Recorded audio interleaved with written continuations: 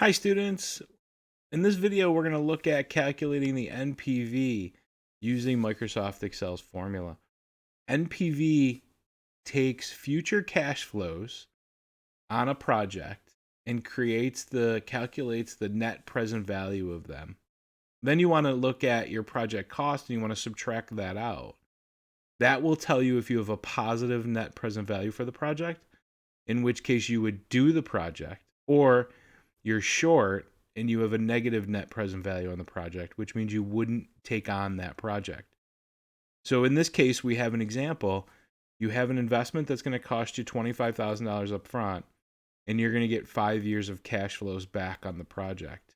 And our required rate of return is 9%, meaning we want to try to at least get to 9% on this project or we wouldn't do it. Let's calculate if this is a project we should do or not. So here's the data in table format. Project cost $25,000.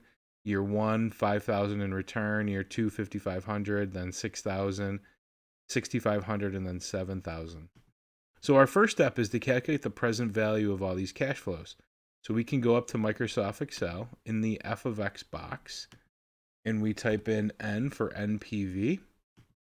We're trying to find the NPV formula out of all these formulas that are listed in Excel. So the first step is to put the rate in.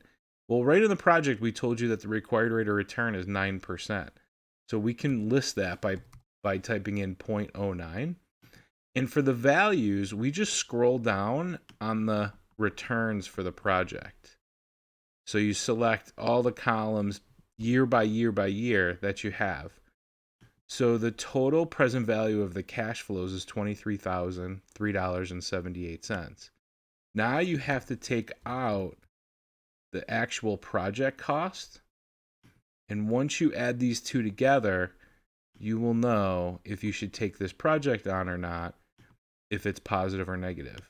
This particular project results in a negative NPV, so you would not do this project.